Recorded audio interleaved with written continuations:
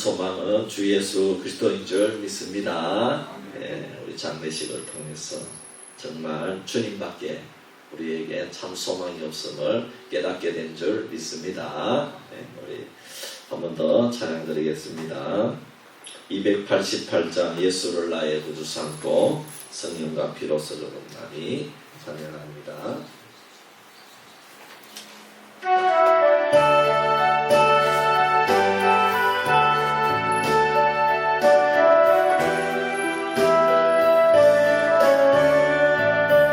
예수를 나의 구주 삼고 성령과 피로써 거듭나니 이 세상에서 내 영혼이 하늘의 영광 누리도다.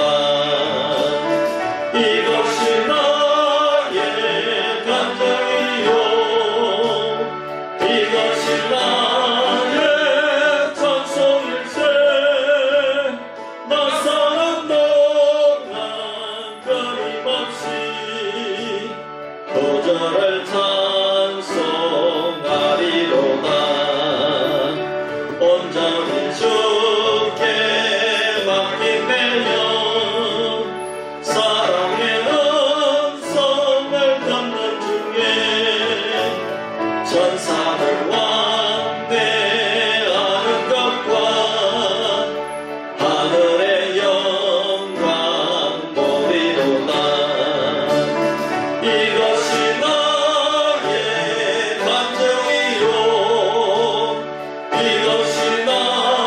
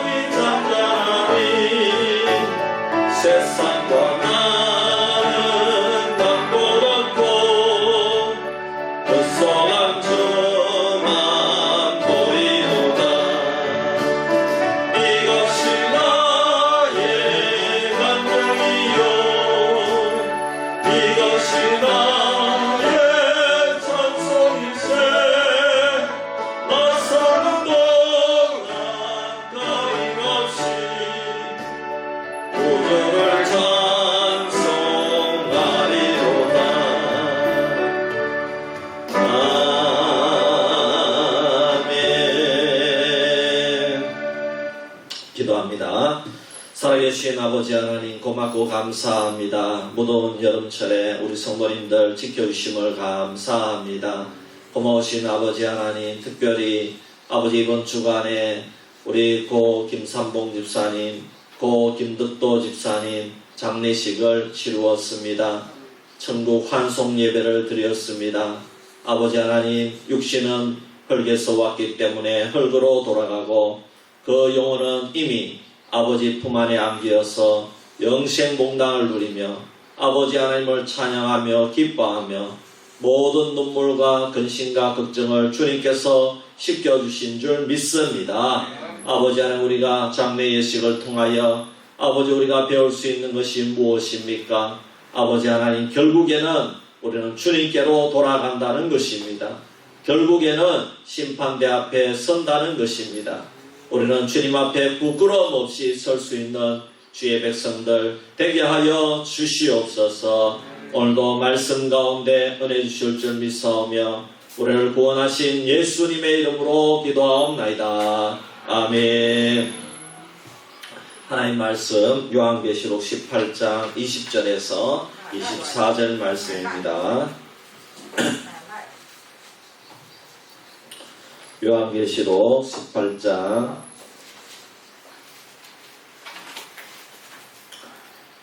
20절에서 24절 말씀 교독하겠습니다. 제가 먼저 20절 봅니다. 하늘과 성도들과 사도들과 선지자들아, 그로 말미암아 즐거워하라. 하나님이 너희를 위하여 그에게 심판을 행하셨음이라 하더라.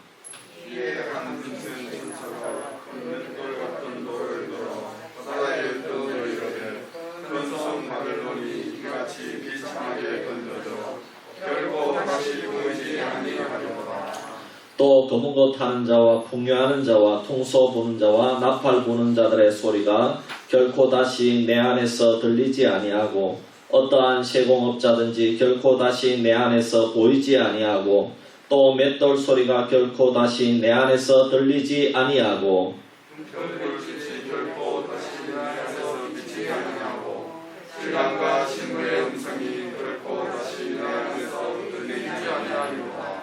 너의 상인들은 땅의 원족들이나 내 목술로 말미암아 만국이 매혹되었도다. 같이 봅니다. 선지자들과 성도들과 및 땅 위에서 죽임을 당한 모든 자의 피가 그 성중에서 발견되었느니라 하더라. 아멘. 광고 말씀드립니다. 우리 고 김삼봉 집사님, 고 김득도 집사님 장례식을 위해서 기도해 주시고 또 참여해 주신 여러분께 감사를 드립니다. 우리 유가족들 위해서 기도해 주시고 우리 고 김삼봉 집사님 자녀들은 이제 아직 주님을 잘 알지 못하는데 우리 손녀가 그 중에서 예수님을 믿는다고 합니다. 우리 손녀를 통해서 온 가정이 구원받게 하시고 특별히 이번에 장례 예식을 통해서 우리가 증거된 말씀이 생각나게 해주시고 신앙을 가질 수 있도록 도와주시옵소서. 이렇게 기도해 주시고 우리 고 김득도 집사님 유가족들을 위해서 기도할 때에 우리 유가족들이 대부분 신앙생활을 잘한다고 합니다. 그래도 혹시 시험 든 분이나 또 잠시 믿음생활 중단하고 있는 분들이 있다면 회복시켜 주시옵소서. 또 믿음생활 잘 하시는 분들은 더욱더 주의 사명을 잘 감당케 해주시옵소서. 그렇게 기도해 주시기를 바랍니다. 다가오는 주일은 새가족반 3기가 세 번째 시간이 있겠습니다. 위에서 우리 새가족들이 잘 교육을 받고 믿음이 성장할 수 있도록 기도해 주시기를 바랍니다. 우리 옆에 있는 분들과 한번 인사합시다. 예수님의 이름으로 사랑합니다. 축복합니다.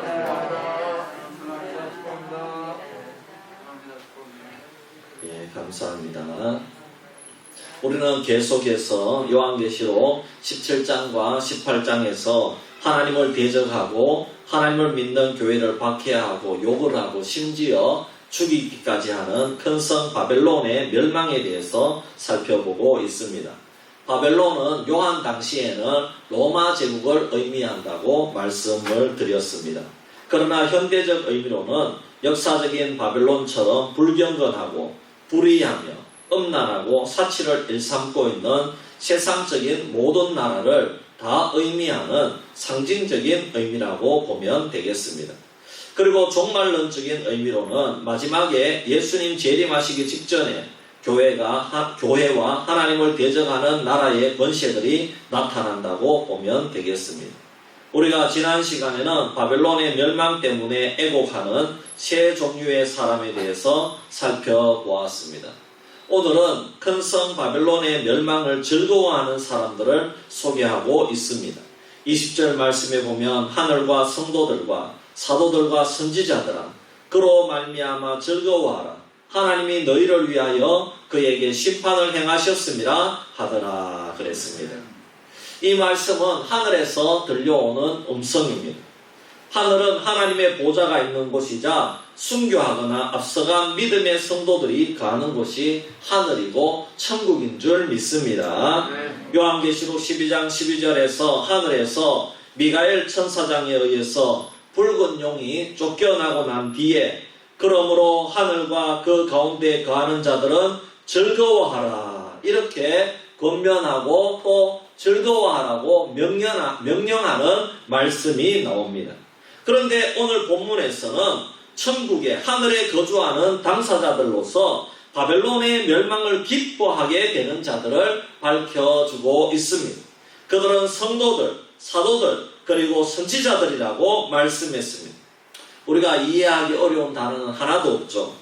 예수님을 잘 믿다가 천국에 간 사람들을 세 종류로 말씀하고 있습니다. 이 사람들은 천국에서 승리한 교회의 구성원들인 줄 믿습니다. 그런데 중요한 것은 사도들과 선지자들 앞에 성도들을 제일 먼저 밝히고 있다는 것입니다. 아니 천국에서 밝히는 이름의 순서가 뭐 그리 중요합니까? 이렇게 말할 수도 있지만은 그러나 여러분 그렇지 않습니다. 여러분 오늘날 시대에도 이 이름의 순서가 아주 중요하지 않습니까? 예를 들어서 여러분 여기 주보에서 이 담임 목사의 이름이 제일 뒤에 간다거나 아니면은 중간에 가고 시무장로가 김광선, 박승렬 장로님이 제일 뒤에 간다거나 이러면은 안 되지 않습니까? 그래서 이름의 순서가 중요하다는 것입니다. 또 학교에서도 교장 선생님의 이름이 중간에 들어가고 학과장이나 학년 주임의 이름이 이렇게 앞에 들어가면 안 되지 않습니까? 그러면 되겠습니까, 여러분? 군청에서도 군수의 이름이 나중에 들어가면 되겠습니까? 여러분 그러면 안 되죠. 큰일 나는 거죠. 성경에도 마찬가지로 이름의 순서가 중요한 경우가 많습니다. 바울이 아굴라와 브리스길라 부부를 처음 만났을 때는 이 사도행전에 보면은 사도행전을 누가가 기록했거든요. 그래서 누가가 기록하기를 남편의 이름이 먼저 들어가고 아내의 이름이 나중에 들어가고 있습니다.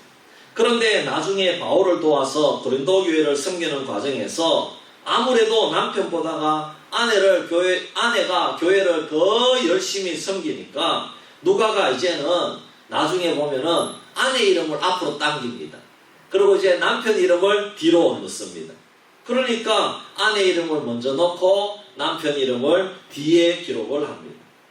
오늘 말씀에 보면은 하늘에 거주하는 자들의 명단 순서가 사도, 선지자, 그리고 성도들이 아닙니다. 우리가 생각할 때는 이렇게 돼야 되잖아요. 사도가 먼저 나와야 되고, 사도가 얼마나 귀합니까? 예수님의 12사도밖에 없잖아요. 네. 그리고 성도가 제일 뒤에 나와야 되는데 그것이 아니라는 것입니다. 성도가 제일 먼저 나오고 그 다음에 사도와 선지자가 나오고 있습니다. 무슨 뜻입니까? 천상의 교회에서는 질서가 지상 교회와는 다르다는 것입니다.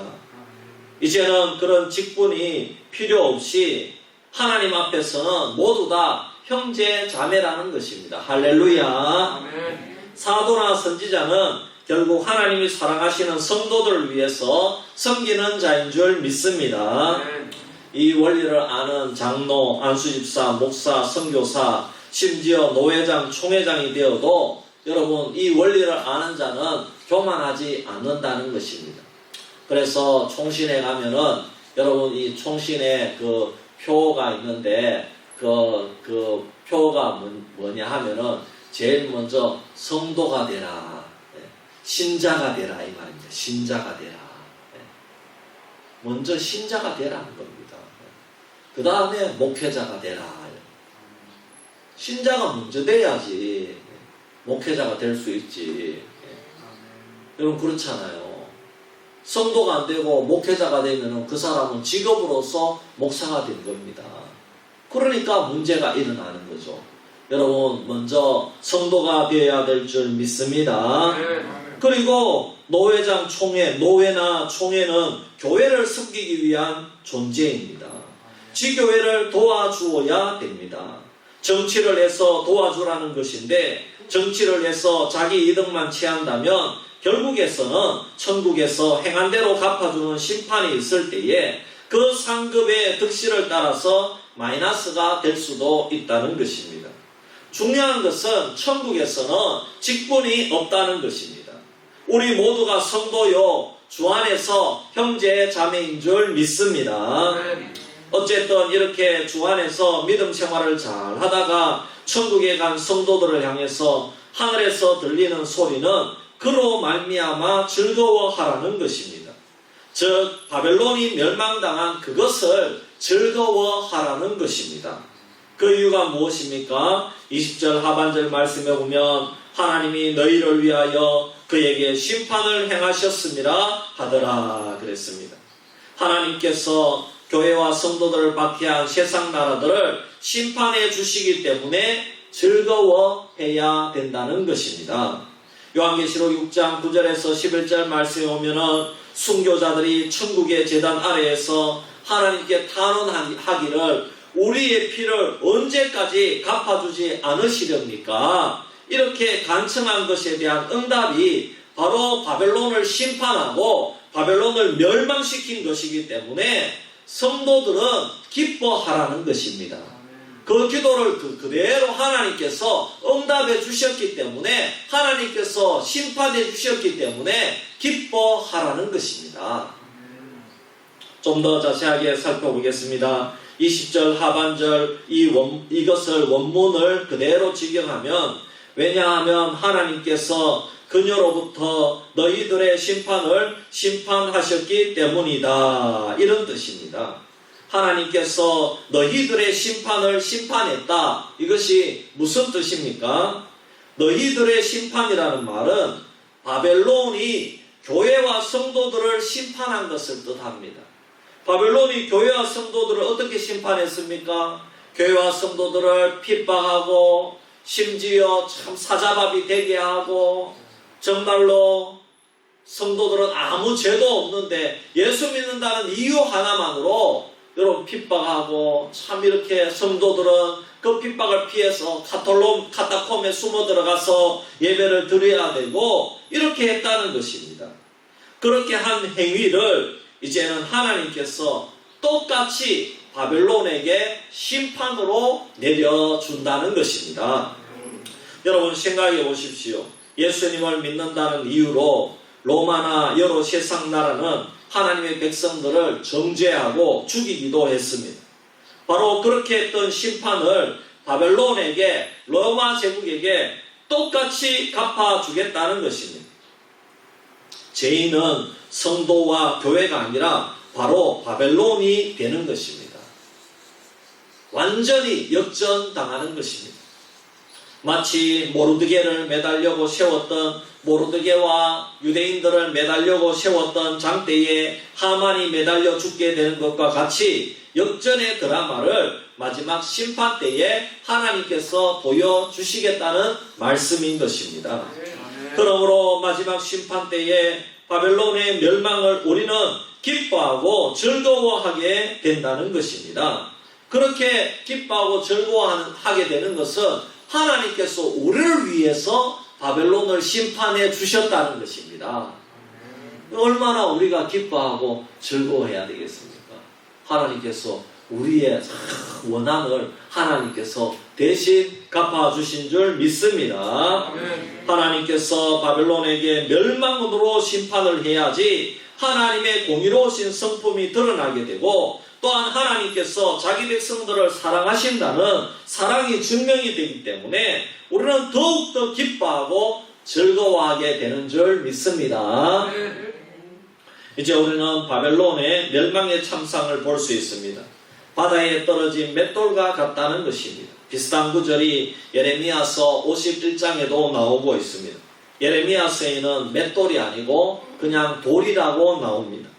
사도 요한은 맷돌로 표현을 했습니다. 여기에 맷돌은 우리나라에서 이렇게 돌리는 그런 맷돌이 아닙니다. 그런 맷돌이 아니고 이 맷돌은요, 당나귀가 돌리는 큰 당나귀가 이 맷돌에 이렇게 해가지고 이 당나귀가 이렇게 사람이 당나귀를 끄면 당나귀가 그 맷돌을 물고 이렇게 이렇게 도는 겁니다. 여러분 옛날 로마 시대 때 영화나 그런 데 보면 혹시 나와요. 예.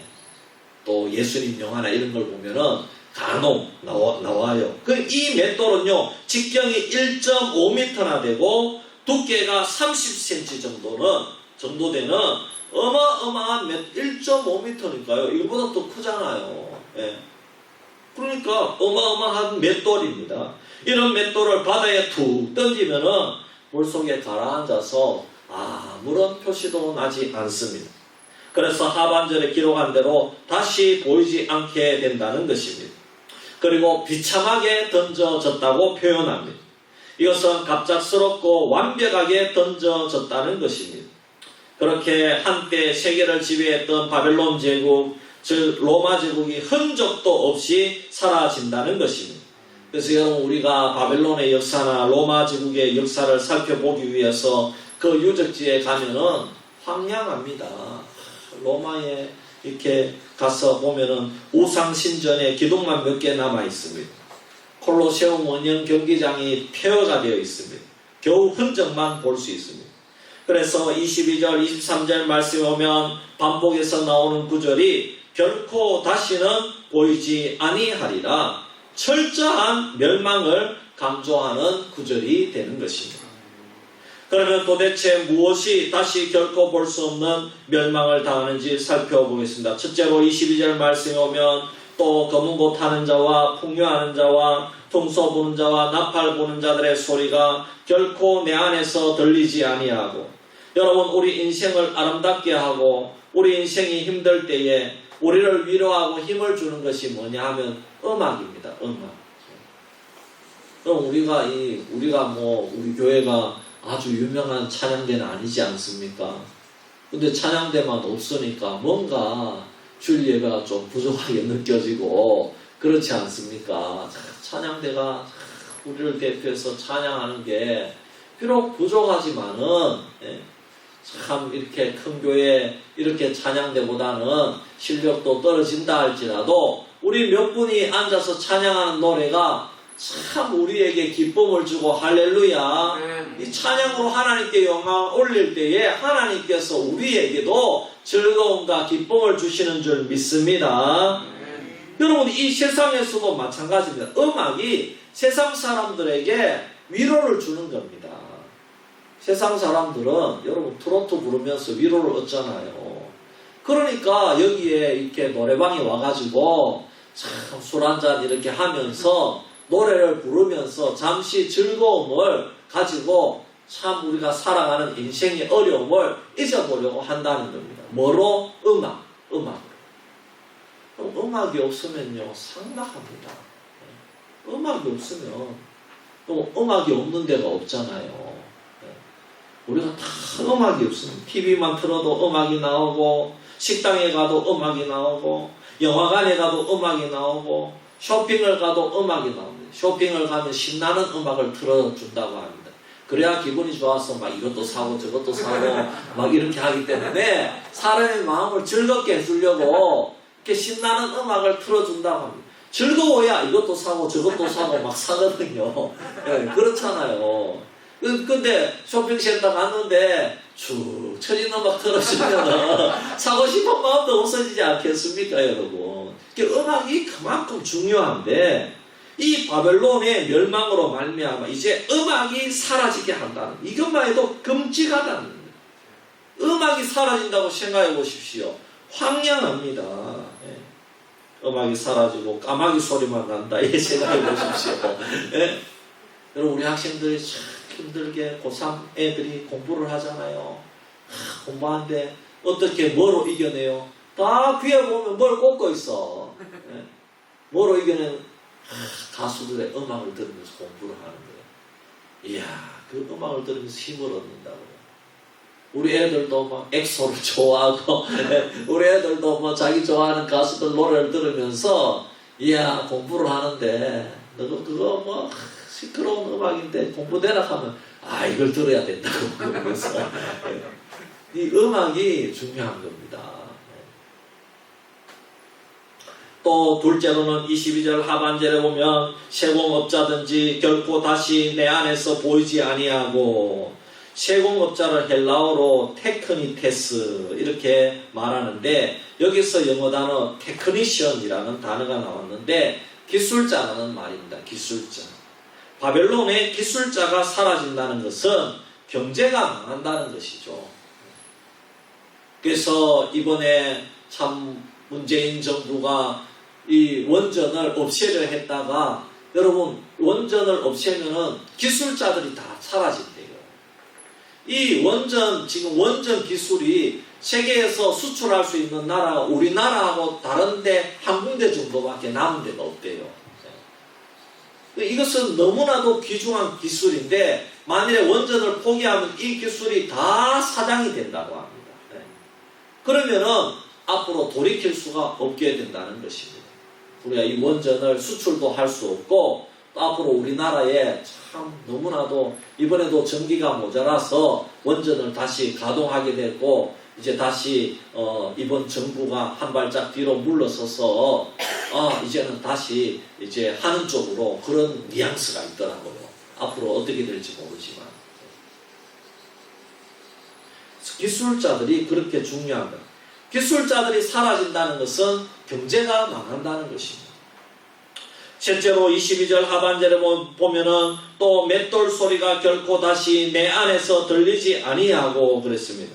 당시에는 밀이나 보리를 맷돌에 넣어서 갈아야 식사 재료를 얻을 수 있기 때문에 맷돌 소리가 들리지 않는다는 것은 자원이 고갈되었다는 것을 의미하는 겁니다. 식량이 없다는 것입니다. 왜? 망했으니까 식량이 없죠. 하나님의 심판으로 망하고 멸망당했으니까 심판이 없죠. 이번에도 참 비가 엄청나게 중국에 왔는데요. 중국에.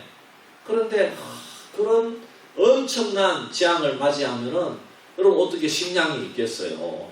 그 물에 식량이 어떻게 살아남겠어요? 자원이 고갈된다는 것입니다. 그리고 또 23절 상반절에 보면 등불빛이 결코 다시 내 안에서 비치지 아니하고 이렇게 말씀하는데 등불빛이란 밤에 집안을 밝히거나 어두운 길을 밝히거나 세공업자들이 늦게 일할 때에 사용했는데 이러한 등불빛이 결코 비치지 않는다는 것은 아무도 그곳에 사는 사람이 없게 한다는 것입니다.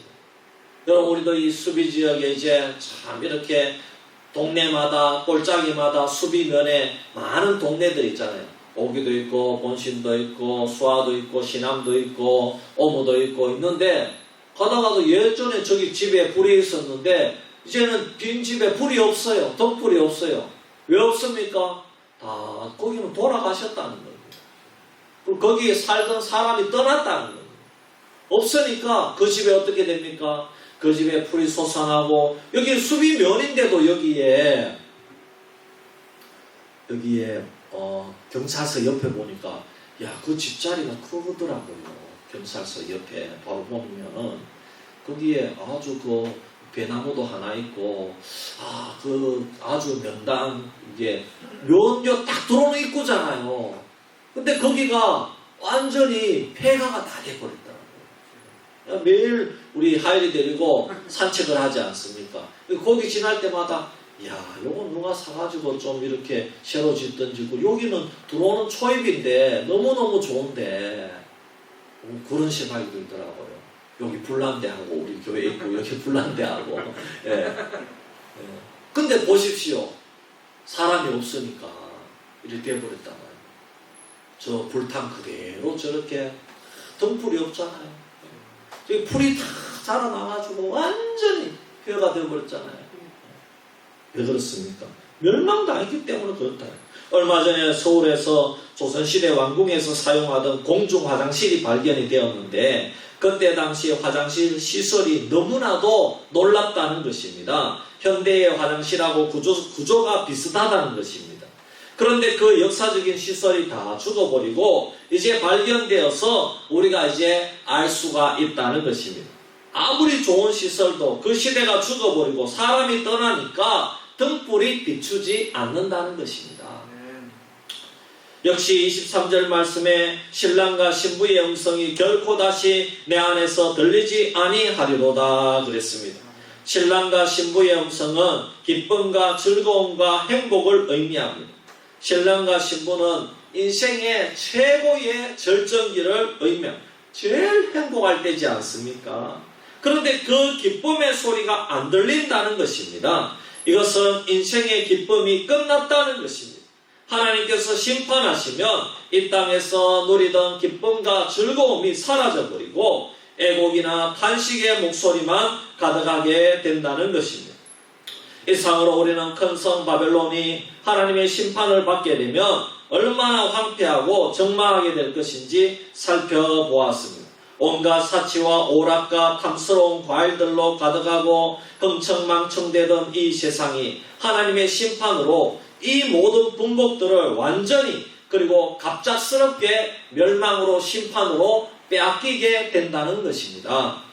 사실 이 세상 사람들이 누리고 있는 모든 좋은 것들은 그들의 것이 아니라 하나님께서 이 세상 사람들에게 주신 분복인 줄 믿습니다.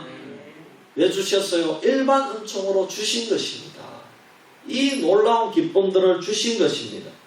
돈 버는 재미를 주셨고 자식 키우면서 얻는 행복을 주셨고 결혼 생활에 즐거움을 주셨고 공부해서 높은 자리에 올라가는 즐거움을 주셨고 이런 등등 수많은 인생의 희락과 기쁨이 있는데 이것은 모두 다 하나님께서 주신 일반 은총인 줄 믿습니다. 그러나 세상 사람들은 그것을 인정하지 않고 그것이 내가 잘나서 내가 얻은 행복인 것으로 알기 때문에 내 욕심대로 내 마음대로 사용을 했습니다. 하지만 마지막 심판을 받게 될 때에는 그 모든 분복과 일반 은총을 빼앗기게 됩니다.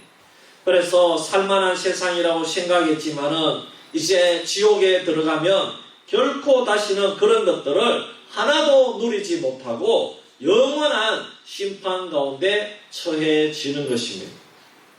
그래서 저는 될 수 있으면 참 이렇게 장례식 설교를 하면 제가 빙빙 돌려서 얘기하지 않습니다. 이 마지막 말씀이잖아요. 이 유가족들에게는 마지막 말씀이 될 수 있거든요, 사실. 그렇기 때문에 복음을 그냥 전합니다. 매 설교할 때마다 복음을 넣습니다. 그래야 되잖아요. 이 마지막 말씀이거든요. 그렇기 때문에 빙빙 돌려 말하지 않고 마지막 그 하관 예배 때는 꼭 두 가지 부활을 얘기를 합니다. 그래서 멸망의 부활, 심판의 부활을 받으면 그거는 지옥으로 가는 부활이라고 얘기하는 겁니다. 그래서 선한 생명의 부활에 참여하라고 권면하는 겁니다. 그래서 신앙을 잃어버린 자, 또 잠시 쉬는 자는 회복해야 되는 겁니다. 그때 못 깨달으면 안 되는 겁니다. 할렐루야. 그때 깨달아야 되는 겁니다. 아버지의 그 마지막 보내는 그 할아버지 마지막 보내는 그 자리에서 내 어머니 마지막 보내는 그 자리에서 한번 제일 심각하게 생각해 볼 수 있는 자리지 않습니까, 여러분? 그때 깨닫는 영혼이 참으로 귀한 영혼인 줄 믿습니다. 여러분 누가복음 16장에 기록된 부자의 고백처럼 혀를 서늘하게 할 물 한 방울조차도 허락되지 않는 곳이 지옥이라는 것입니다. 야, 오늘 참 저는 우리 김덕도 집사님 고 산만대 거기 올라가는데도 여러분 오늘 너무 더웠잖아요. 야, 땀이 뻘뻘 나고 그랬는데 이 지옥은 물 한 방울도 허락되지 않는다는 겁니다. 그래서 그 부자가 아브라함에게 물 한 방울 달라고 하니까 너하고 나하고 있는 것 그 중간에는 깊은 구렁이 있어서 여기서 어떻게 할 수가 없다는 것입니다. 여러분, 우리가 이 세상에서는 잠시 낙을 누리는 것입니다. 하지만 진짜 심판을 받고 지옥에 가면 일반 은총이나 복의 한 방울도 누리지 못하게 되는 것입니다. 영원한 고통만이 기다리고 있다는 것입니다. 그러므로 여러분, 우리가 끝까지 믿음을 지켜야 될 줄 믿습니다. 마지막으로 우리는 바벨론이 멸망할 수밖에 없는 이유를 살펴보았습니다. 살펴보겠습니다. 우리가 지난 시간에도 살펴보았지만 오늘 23절, 24절에도 보면 세 가지 이유가 나옵니다. 우리가 지난번에 살펴본 것과 비슷합니다. 첫째로는 교만입니다. 23절 하반절에 보면 너희의 상인들은 땅의 왕족들이라 이런 말씀이 나옵니다. 상인들은 장사하는 사람들을 의미합니다. 지난 시간에 다루었듯이 로마 제국은 사치스러운 물품들을 많이 수입하였습니다. 어마어마한 부자들입니다. 이들은 땅의 왕족들이라고 했는데 이 구절을 바르게 번역하면 땅의 존귀한 자들이라고 번역을 해야 됩니다. 땅의 존귀한 자들이라는 말은 땅에 있는 위대한 자들이라는 의미입니다. 이사야 23장에 있는 그 말씀도 보면은 두로 상인들에 대해서 그 상인들은 고관이요 그 무역상들은 세상의 존귀한 자들이라고 말씀에 표현하고 있습니다. 이것은 성경 말씀이 그렇게 그들이 고귀한 자들이라고 이렇게 높여주는 그런 말씀이 아닙니다. 그런 의미가 아니라 그들 스스로가 그렇게 생각한다는 것입니다. 스스로를 이야 나는 장사를 이렇게 잘해서 돈을 많이 벌고 나는 이렇게 농사를 잘해서 농사를 이렇게 해서 1억이나 벌고 이렇게 하기 때문에 나는 위대한 자야 나는 고귀한 자야 이렇게 스스로 생각한다는 겁니다. 그만큼 자기를 위대하다고 하고 존귀하다고 생각할 만큼 교만했다는 것입니다. 바벨론이나 이 세상이 멸망당할 수밖에 없는 것이 바로 이 교만 때문이라는 것입니다. 여러분, 교만이 패망의 선봉이요 잠언서에 이렇게 말씀하고 있습니다. 여러분, 그래서 교만한 자는 절대로 교회에 나올 수가 없는 것입니다. 여러분, 우리는 늘 겸손하여서 하나님께 나와 예배하는 저와 여러분 되기를 바랍니다. 둘째로는 복술로 사람들을 미혹하고 속인다는 것입니다. 그래서 이 바벨론이 멸망당할 수밖에 없습니다. 23절 마지막에 내 복술로 말미암아 만국이 미혹되었도다. 복술이란 마술을 의미합니다. 마술은 뭡니까? 속임수죠. 즉 세상은 마술적인 행위로 말미암아 사람들을 현혹하고 미혹을 하여서 영혼을 빼앗아 간다는 것입니다. 사탄의 세력은 항상 달콤한 말로 꿰이고 또 미혹을 하고 달콤한 문화와 세상적인 성공으로 미혹을 해서 자신들처럼 성공하기 위해서는 세상적인 행복을 추구해야 된다고 주장을 하는 것입니다. 그렇게 하지 않으면 이 세상에서 도태가 되고 결국 이 세상에서 패배자가 되고 루저가 된다고 사탄이 계속해서 속삭이게 되는 것입니다. 그래서 그 달콤한 속삭임을 따라가면 결국 하나님을 믿지 못하게 되고 우상을 숭배하는 길로 빠지게 되는 겁니다. 황금만능 사상, 물질주의와 음란한 세상에 빠져서 나중에는 사탄과 함께 결국 하나님의 심판을 받게 되는 것입니다. 우리나라에 지금 갑자기 주식이 참 이렇게 열풍이 불어서 이제 성인만 되면 대학생만 되면 다 주식하고 카카오톡으로 다 주식을 하게 돼 있어가지고 지금 난리입니다. 그래서 이번에 카카오톡 그 주식을 올렸는데 모든 국민들이 다 카카오톡 주식을 사가지고 카카오톡 그 회장이 이재용을 넘어서 버렸습니다. 자산이 1등이 되어버렸습니다. 이야 참. 여러분 그거 좋아해야 될까요?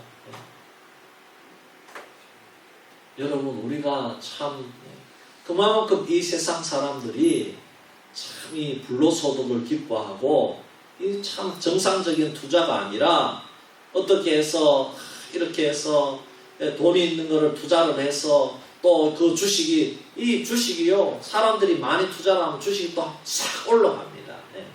그렇게 되면은 야 나는 몇만 원 주고 이 한 주를 샀는데 여러분 이렇게 몇 달 지나가면은 몇만 원이 아니라 그게 10만 원이 넘어가 있다는 거예요. 그러면은 성공했다는 것입니다. 주식이 다 잘못된 것은 아니죠. 네. 그러나 여러분 우리는 조심해야 될 줄 믿습니다. 아멘. 그 주식을 통해서 우리가 예배 못하게 되고 우리가 예배 자리에 나왔을 때도 주식만 생각나고 그렇게 되면 그거는 문제가 있겠죠. 그렇지 않습니까?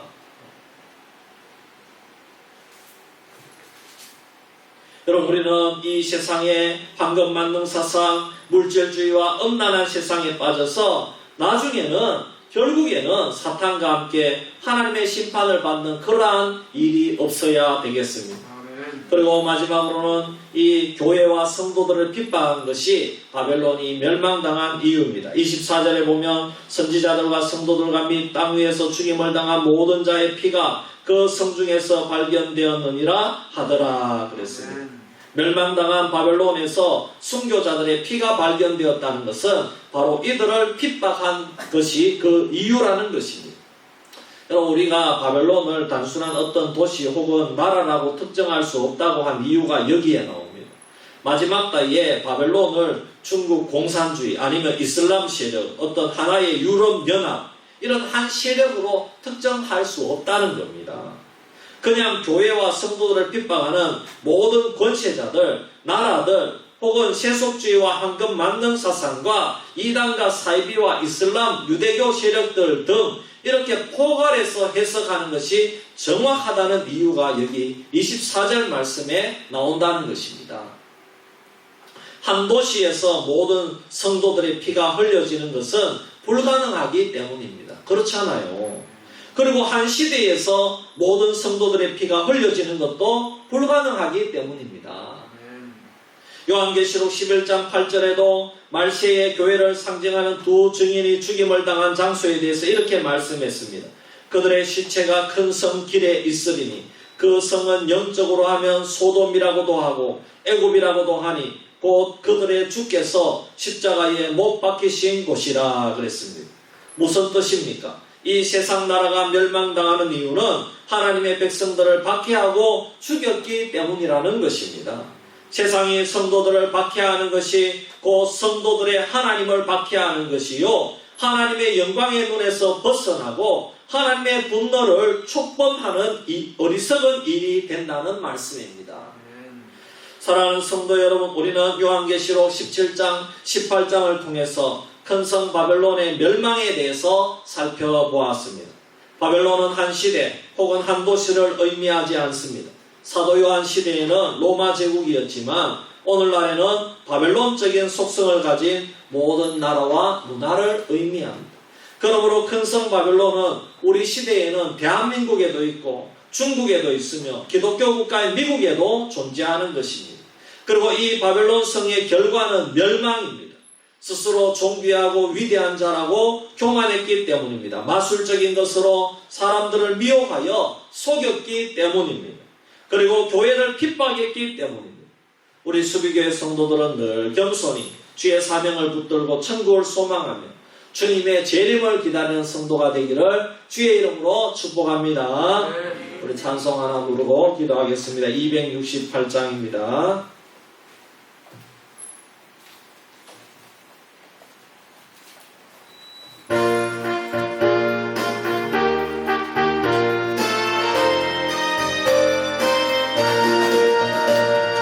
죄에서 자유를 얻게 하는 보혈의 능력 주의 능력 시험을 이기는 승리하니 참 놀라운 능력이로다. 주의 보혈 능력이로다. 주의 피 믿어 주의 보혈 그를 향해 매우 빈 주만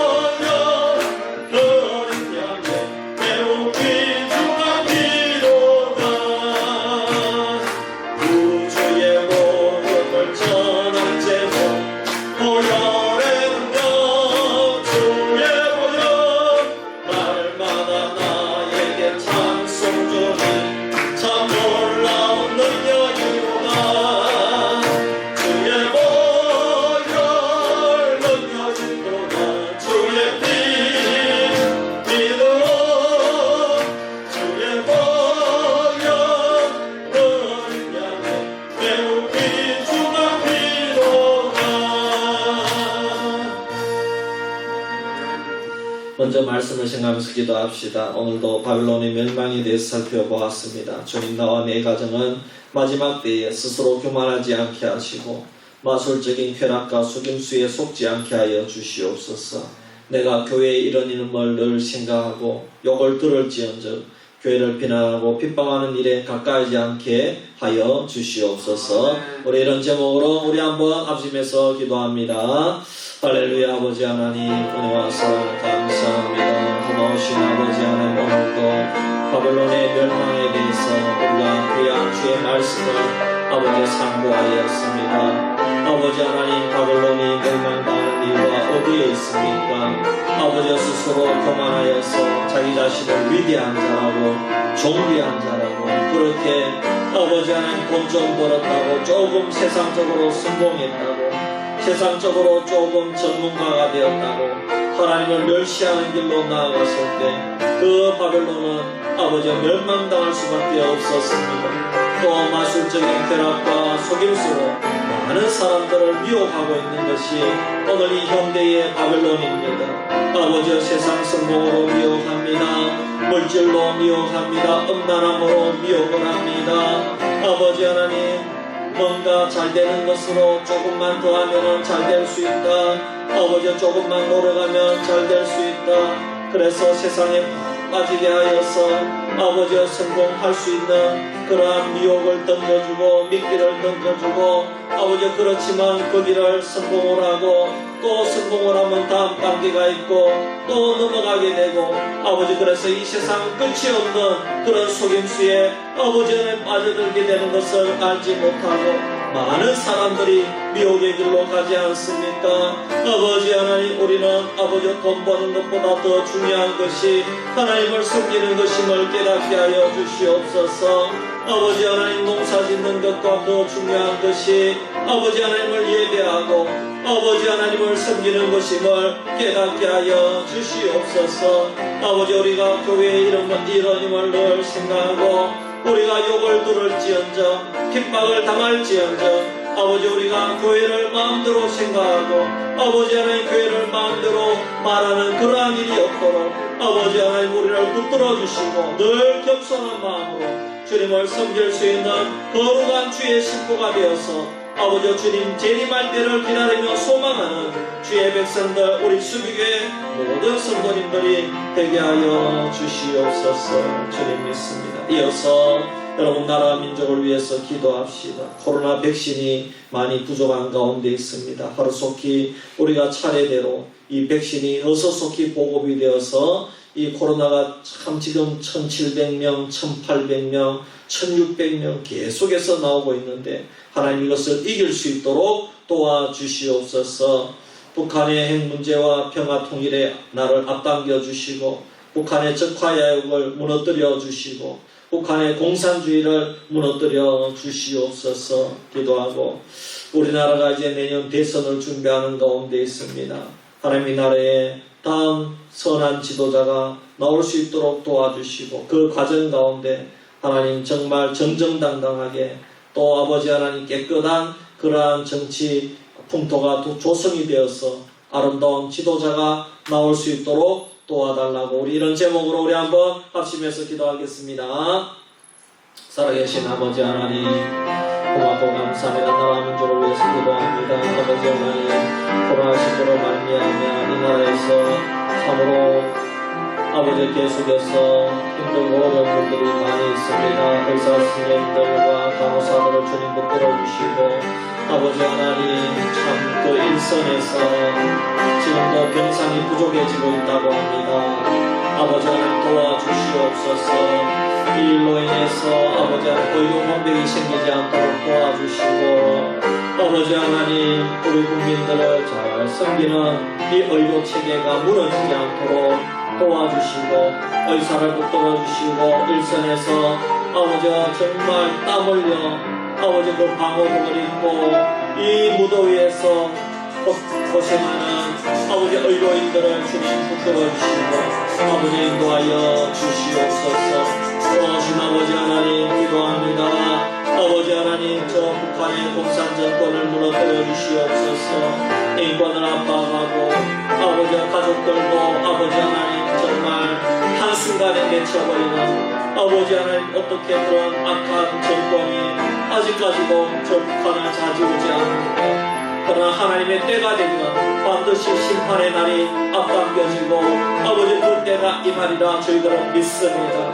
아버지 하나님 우리의 기도를 들은답해 주셔서 그 땅에 진정한 평화가 임할 수 있도록 도와주시고 저 북녘 땅에 주의 교회를 세울 수 있는 그러한 날이 올 수 있도록 인도하여 주시옵소서. 아버지 하나님 붙들어 주시옵소서. 주여 역사하여 주시옵소서. 아버지 내년도 대선을 앞두고 아버지 정권 우리 정치인들이 아버지 여러 가지로 애쓰고 아버지 노력하는 가운데 있습니다. 아버지 많은 대선 지도자들이 후보들이 나오고 있습니다. 우리 국민들은 너무나도 많이 아버지 하나님 어떻게 구별할지 모르는 가운데 있습니다. 주여 지혜를 허락하여 주시옵소서. 아버지 하나님 인도하여 주시옵소서. 아버지 그래서 좋은 지도자 선한 차기 지도자가 나올 수 있도록 도와주시옵소서. 이번 주에 우리가 참 우리 집사님 두 분을 천국으로 우리 보내드렸는데 우리 유가족들 위해서 한번 기도합시다. 믿음의 유산을 이어받게 하여 주시옵소서. 모두 다 신앙 안에서 살게 하시고 믿음 생활하시는 분들은 더 잘 섬기게 하시고 또 믿음에서 떠나 있는 분들은 주여 이제 때가 된 줄 믿습니다. 돌아오게 하여 주시고 마지막으로 형제 동기들 간에 우애하고 사랑하게 하여 주시옵소서. 아버지 하나님 또 남아있는 우리 정말 아내 또 어머님을 잘 섬기고 효도하게 하여 주옵소서. 이런 제목으로 우리 한번 기도드리겠습니다. 할렐루야. 아버지 하나님 우리 이번 주간에 우리가 참 일주일 내도록 우리가 장례 예식을 치루었습니다. 아버지 하나님 우리에게 중요한 것이 무엇인지 다시 한번 깨닫게 됨을 감사합니다. 우리 고김삼봉 집사님, 고김독도 집사님의 신앙을 우리도 아버지 잘 이어받아서 우리도 이 길을 다 따라가야 됩니다. 하나님 아버지 우리에게 제일 중요한 것은 믿음의 유산인 줄 믿습니다. 우리도 정신을 차려서 아버지 하나님을 잘 섬기며 우리도 아버지 우리 주위에 남아있는 가족들이 있지 않습니까? 아버지 하나님 자녀들도 있고 또 자녀 손주들도 있고 아버지 형제들도 있지 않습니까? 동기들도 있지 않습니까? 아버지 이들에게 우리가 가진 믿음의 유산을 아버지 보여주고 또 증거할 수 있는 저희들 되게 하여 주시옵소서. 또 아버지 우리 유가족들 다 신앙 안으로 돌아오기를 원합니다. 아버지 교회를 잘 섬기는 분들은 더 잘 섬기게 하시고 아버지 하나님 아직까지 돌아오지 못한 우리 유가족들이 있다면 하나님 아버지여 자다가도 아버지 말씀이 생각나게 하시고 아버지 하나님 자다가도 이번에 목사님 말씀이 계속해서 생각나는구나. 아버지 하나님 성령께서 붙들어 주시고 아버지 하나님 아버지 주님을 알게 하시고 회개하고 돌아오는 놀라운 역사가 일어나게 하여 주시옵소서. 아버지 형제 동기들 간에 우애하고 사랑하게 하여 주시옵소서. 아버지 하나님 그것이 아버지 하나님 효도하는 길이고 아버지 하나님 서로 도와주고 격려하며 아버지 험한 인생길을 가는데 서로 힘이 되게 하여 주시옵소서. 여러분 다가오는 8월 첫째 주일 예배를 위해서 한번 기도하겠습니다. 하나님 모든 가정에 올라와서 예배드리게 하여 주시고 우리 경북 영양군은 1단계이기 때문에 여전히 다 참석해도 됩니다. 주님 이번 주에도 은혜로운 주일이 되게 하여 주시옵소서. 또 교회를 위해 섬기는 분들도 위해서 기도해 주시고 어린이 교회를 위해서도 기도해 주시기를 바랍니다. 기도드리겠습니다. 아버지 하나님 다가오는 주일은 8월 첫째 주일 예배를 드리게 됩니다. 하나님 참 7개월도 얼마나 빨리 지나가는지 아버지 하나님 8월 첫 주에도 아버지 하나님을 예배할 때에 하늘문을 열어주시고 아버지 하나님 이곳에 와서 예배드리는 우리 모든 성도들이 은혜 받아 나아갈 때에 이 수비변의 각 동네마다 골짜기마다 하나님의 은혜가 가득가득 전달이 되고 퍼질 수 있도록 그래서 또 한 주간 그 하나님의 은혜로 아버지 살아가는 우리 수비면이 되게 하여 주시옵소서. 아버지 하나님이 이번 주에도 교회를 섬기는 분들이 있습니다. 아버지 청소봉사로 섬깁니다. 주일학교 교사로 섬깁니다. 안내로 섬깁니다. 기도로 섬깁니다. 운전으로 섬깁니다. 아버지 하나님 또 타종으로 섬깁니다.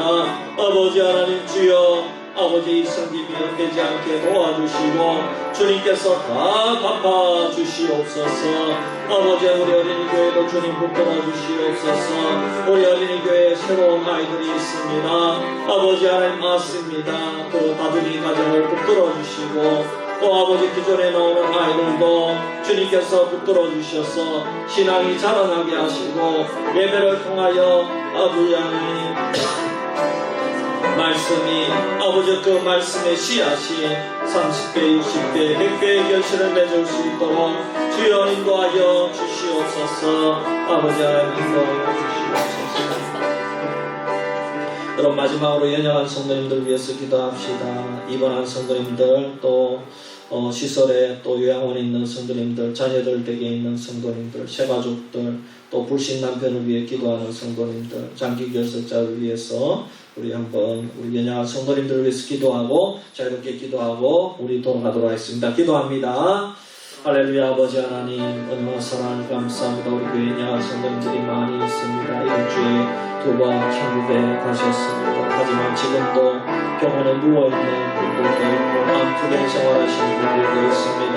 끝까지 포기하지 않게 하여 주시옵소서. 끝까지 치료의 주님을 붙들 수 있도록 주님 인도하여 주시옵소서. 아버지 끝까지 믿음을 놓지 않게 하여 주시옵소서. 아버지 하나님 요양원에 있는 성도님도 있습니다. 아버지 자녀에게 있는 성도님도 있습니다. 아버지 하나님 맑은 정신을 돌아가여 주시고 주님의 말씀이 생각나게 하시고 아버지 하나님 천국 소망을 끝까지 허락하여 주시기를 바라고 원합니다. 아버지 기도 제목을 들어응답하여 주시고 암이 떠나가게 하여 주시옵소서. 아버지 하나님 정말 아버지 하나님 당뇨병이 떠나가게 하시고 아버지 뇌졸중이 떠나가게 하시고 뇌경색이 떠나가게 하시고 아버지 정신적인 질병이 떠나가게 하여 주시옵소서. 우울증과 공황장애와 각종 아버지 하나님 불면증과 아버지 하나님 모든 것들을 치료하여 주시고 허리 아프고 다리 아픈 것 이빨 치료받는 분들이 있습니다. 아버지 하나님 깨끗하게 치료하여 주시고 관절을 치료하여 주시고 두통을 치료하여 주시고 아버지 치매와 아버지의 모든 것들을 주여 치료하여 주시옵소서. 아버지 귀가 들리지 않습니다. 하나님의 능력에 하나님이신 줄 믿습니다. 귀도 치료하여 주시고 눈도 치료하여 주시옵소서. 고혈압도 치료하여 주시옵소서. 아버지 하나님 붙들어 주시옵소서. 주여 역사하여 주시옵소서. 아버지 하나님 자녀 손들을 위해서 기도하는 기도 제목들을 들어응답하여 주시고 불신 남편을 위해서 기도하는 기도 제목들을 들어응답하여 주시옵소서. 아버지 하나님 믿습니다. 주님께서 아버지 우리 연약한 성도님들 동행하여 주실 줄 믿습니다. 아버지 하나님 끝나게 치료하여 주시옵소서.